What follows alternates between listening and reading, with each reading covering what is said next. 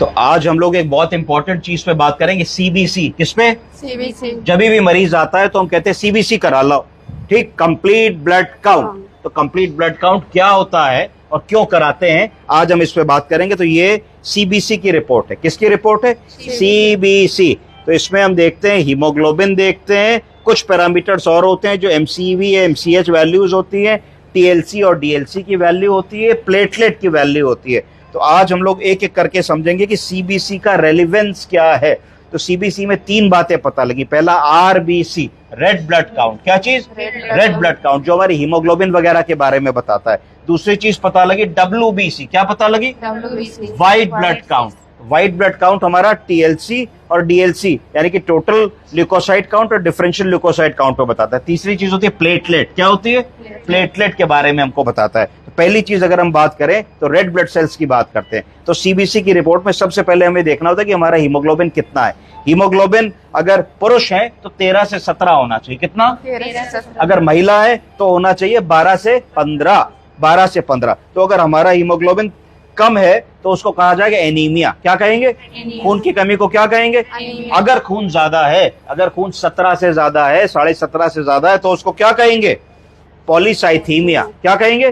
Polycythaemia. ठीक है, तो दोनों ही कंडीशंस रिपोर्ट करनी है। खून कम है तो भी, खून ज्यादा है तो भी। इसके बाद फिर दूसरी चीज हम क्या देखेंगे, वो एमसीवी वैल्यू देखेंगे। हमेशा याद रखिए, बहुत सारी चीजें होंगी सीबीसी की रिपोर्ट में, हमको अपना ध्यान सिर्फ एमसीवी की वैल्यू पे केंद्रित करना है। तो एमसीवी की नॉर्मल वैल्यू कितनी होनी चाहिए? 80 से 100 के बीच में। कितनी? 80 से 100। ये किस प्रजाति का है, किस टाइप का एनीमिया है, ये पता लगाने के लिए जरूरी होता है।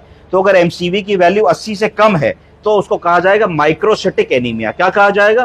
माइक्रोसिटिक। अगर 80 से ज्यादा है एमसीवी की वैल्यू तो मैक्रोसिटिक एनीमिया कहा जाएगा। क्या कहा जाएगा?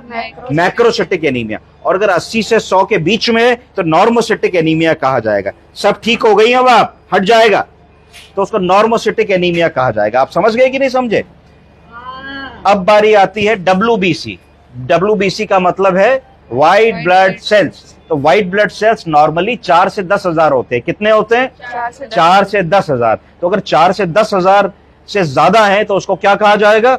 ल्यूकोसाइटोसिस। क्या कहेंगे? ल्यूकोसाइटोसिस। मतलब ब्लड में इंफेक्शन हो रहा है, टीएलसी बढ़ रहा है, ल्यूकोसाइटोसिस। ये कब बढ़ेगा? इंफेक्शन में बढ़ेगा। कब बढ़ेगा? इन्फ्लेमेशन में बढ़ेगा। कब बढ़ेगा? ल्यूकीमियाज में बढ़ेगा। कब बढ़ेगा? जब स्टेरॉइड की दवा दी जाए मरीज को या फिर कोई एलर्जीज हो, उसमें टीएलसी बढ़ जाएगा। इसको क्या कहा जाएगा? इसको ल्यूकोसाइटोसिस कहा जाएगा। इसका विपरीत, जब टीएलसी 4000 से कम हो जाए, 2000, 1500, 2500 हो जाए, जो कई बार कैंसर के मरीजों में, पोस्ट कीमोथेरेपी, इम्यूनोसप्रेशन के मरीजों में, डेंगू के मरीजों में देखने को मिलता है, तो उसको कहा जाएगा ल्यूकोपीनिया। क्या कहा जाएगा? ल्यूकोपीनिया का उल्टा हुआ ल्यूकोसाइटोसिस। तो ल्यूकोपीनिया कब होता है? वायरल इन्फेक्शंस में होता है, बोन मैरो सप्रेशन के अंदर होता है, और कुछ दवाएं ऐसी होती है जो ल्यूकोपीनिया को करती है। कैंसर की दवाएं एक कॉमन ड्रग होती है जो रूमेटॉइड आर्थराइटिस में दी जाती है। हमेशा याद रखिए, मिथोट्रेक्सेट। कभी भी ल्यूकोपीनिया हो रहा है, टीएलसी कम है, अगर उसको मिथोट्रेक्सेट चल रही है, तो जब तक कोई सीनियर नहीं देख रहा, जब तक कोई और नहीं देख रहा, तब तक उस दवा को तुरंत रोकने की सलाह हम लोगों को दे डालनी चाहिए। समझ गए आप लोग? अब कंक्लूड करते हैं इस चीज को। समरी, खून की कमी को बोलेंगे एनीमिया। बोलिए, खून की कमी को बोलेंगे एनीमिया। किस टाइप का एनीमिया है ये पता लगाने के लिए एमसीवी वैल्यू को देखेंगे। एमसीवी वैल्यू से टाइप ऑफ एनीमिया पता लगेगा। ठीक है, माइक्रोसिटिक, मैक्रोसिटिक या नॉर्मोसिटिक एनीमिया। फिर हम क्या देखेंगे? फिर हम टीएलसी देखेंगे। टीएलसी से इन्फेक्शन का पता लगेगा, डीएलसी से किस प्रकार का इन्फेक्शन है ये पता लगेगा, और प्लेटलेट से मरीज का ब्लीडिंग रिस्क है कि नहीं इस बारे में पता लगेगा। ये सारी इंफॉर्मेशन हम लोग को कौन देता है?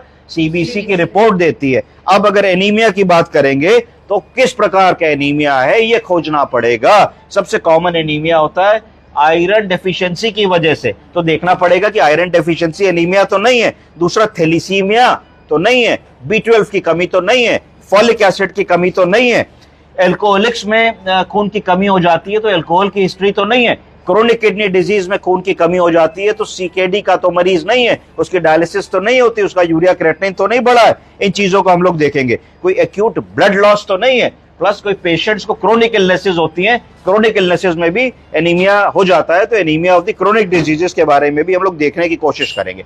अब लास्ट चीज है डीएलसी, डिफरेंशियल ल्यूकोसाइट काउंट। तो डिफरेंशियल ल्यूकोसाइट काउंट में सबसे पहली चीज हम लोग क्या देखते हैं, न्यूट्रोफिल्स। न्यूट्रोफिल्स एक्यूट इन्फेक्शन को दर्शाता है। तो अगर न्यूट्रोफिल बढ़े हुए हैं तो उसको कहा जाएगा न्यूट्रोफिलिया। क्या कहेंगे, न्यूट्रोफिलिया। न्यूट्रोफिलिया किसमें होगा, बैक्टीरियल इन्फेक्शन में होगा, ट्रॉमा में होगा और कई बार स्टेरॉइड इंटेक में हो जाएगा। अगर टीएलसी कम है तो उसको क्या कहेंगे, न्यूट्रोपीनिया। उधर फीलिया था, इधर न्यूट्रोपीनिया हो जाएगा। तो न्यूट्रोपीनिया किसमें होता है, एप्लास्टिक एनीमिया में होता है, सेप्सिस में होता है और कई ड्रग इंटेक से होता है।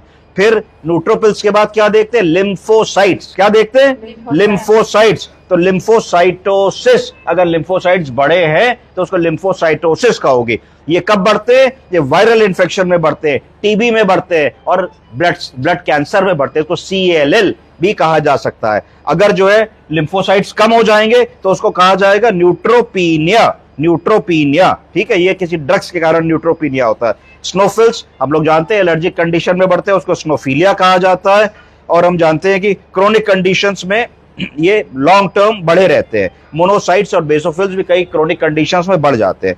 प्लेटलेट्स, अगर प्लेटलेट 1.5 लाख से कम है तो उसको क्या कहा जाएगा, थ्रोम्बोसाइटोपीनिया, लो प्लेटलेट काउंट। ये किसमें कम होते हैं प्लेटलेट, डेंगू में कम होते हैं, ITP में कम होते हैं ना, थ्रोम्बोसाइटोपिनिक पुरपुरा। उसके बाद एप्लास्टिक एनीमिया में प्लेटलेट काउंट कम होते हैं। अगर प्लेटलेट काउंट हमारे ज्यादा है तो उसको क्या कहा जाएगा, थ्रोम्बोसाइटोसिस। क्या कहा जाएगा, थ्रोम्बोसाइटोसिस।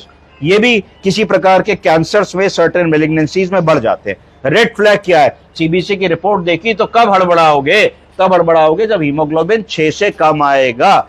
अगर कोई ऐसी सिचुएशन है जिसमें TLC 1 लाख से ज्यादा है, 1 लाख से ज्यादा है, तो आंख बंद करके समझ जाओगे कि ल्यूकीमिया हो रहा है। इस मरीज को कहीं ना कहीं कोई ब्लड कैंसर जैसी परेशानी हो रही है। अगर प्लेटलेट काउंट 20,000 से कम है तो कान खड़े हो जाने चाहिए, ब्लीडिंग हो सकती है, इसमें तुरंत प्लेटलेट ट्रांसफ्यूजन की हिस्ट्री है। एक शब्द सीखिए जिसको पैनसाइटोपीनिया कहते हैं।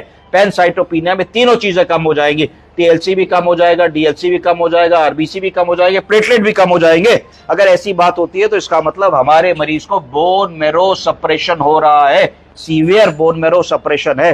तुरंत हम लोगों को बड़े अस्पताल भेजना होगा और सीनियर स्पेशलिस्ट की सलाह लेनी होगी, इम्यूनोलॉजिस्ट की सलाह लेनी होगी, उसको हल्के में ना ले। कुछ समझे आप लोग?